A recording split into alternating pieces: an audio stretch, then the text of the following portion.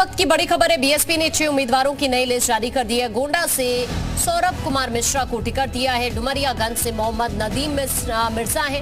कैसरगंज से नरेंद्र पांडे को टिकट दिया है। संत कबीरनगर से नदीम अशरफ को टिकट दिया है। बाराबंकी से शिव कुमार दोहरे को टिकट दिया है।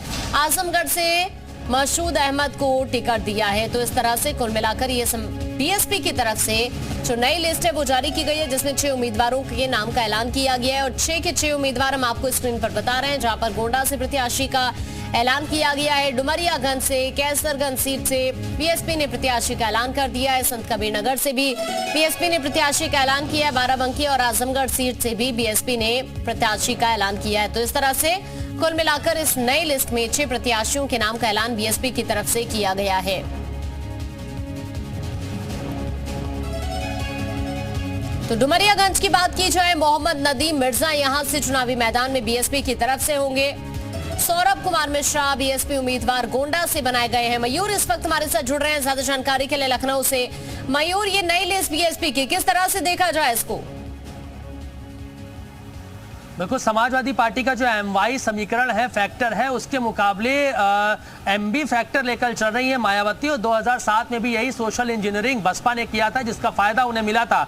एम यानी मुस्लिम और बी यानी कि ब्राह्मण। 6 लोकसभा क्षेत्रों की जो उम्मीदवारों की लिस्ट घोषित हुई है, उसमें आप देख सकते हैं 3 मुस्लिम है, 2 जो है उसमें 2 ब्राह्मण है और 1 जो कि एससी सीट है बाराबंकी से, वहां की शिव कुमार दोहरे को टिकट देने का काम किया गया है। तो लगातार जिस तरीके से मुस्लिमों को, ब्राह्मणों को टिकट दे रही है मायावती, ये मुसीबत खड़ी कर सकती है दोनों के लिए, चाहे वो इंडिया गठबंधन हो या फिर एनडीए गठबंधन हो। क्योंकि मुस्लिम का जो वोट बैंक है वो समाजवादी पार्टी, कांग्रेस पार्टी अपना मान के चलती है।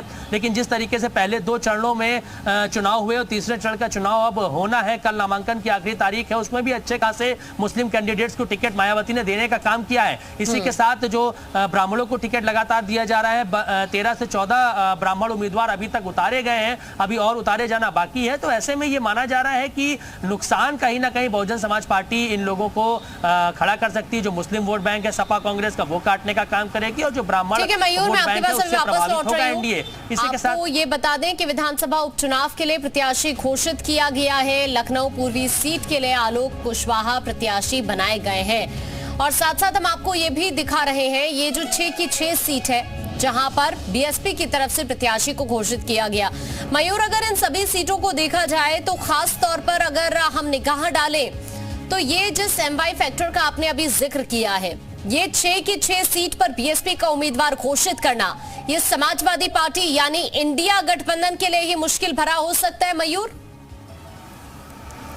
बिल्कुल, देखिए अच्छे खासे मुस्लिम कैंडिडेट बहुजन समाज पार्टी उतार रही है और एमवाई फैक्टर के मुकाबले वर्सेस एमबी फैक्टर, जिसकी मैंने बात की मुस्लिम और ब्राह्मणों को टिकट देने का काम जो बहुजन समाज पार्टी कर रही है, तो सिर्फ इंडिया गठबंधन को ही नहीं, एनडीए गठबंधन को भी उसमें नुकसान होगा। क्योंकि भारतीय जनता पार्टी ब्राह्मणों को अपना कोर वोट बैंक मानती है और ऐसे में अगर बहुजन समाज पार्टी की तरफ ब्राह्मण जाते हैं तो कहीं ना कहीं नुकसान इसमें भारतीय जनता पार्टी का होगा। 2007 में भी यही सोशल इंजीनियरिंग मायावती की देखने को मिली थी, जब वो ब्राह्मणों को लेकर लड़ी थी। उसी के साथ जो दलित वोट बैंक है वो तो उनका वोट बैंक है, उसमें उन्हें किसी तरीके की दिक्कत नहीं है। लेकिन जो अच्छी खासी आबादी है उत्तर प्रदेश में, अगर इंडिविजुअल जाति की बात करें तो 13 से 14% आबादी ब्राह्मणों की उत्तर प्रदेश में, जो कि सबसे ज्यादा है। तो ऐसे में अगर ज्यादा से ज्यादा ब्राह्मणों को टिकट दिए जाते हैं तो प्रभावित होगी भारतीय जनता पार्टी। मयूर, आप बने रहिए, मैं आपके पास वापस लौटती हूँ कुछ और खबरों पर भी आप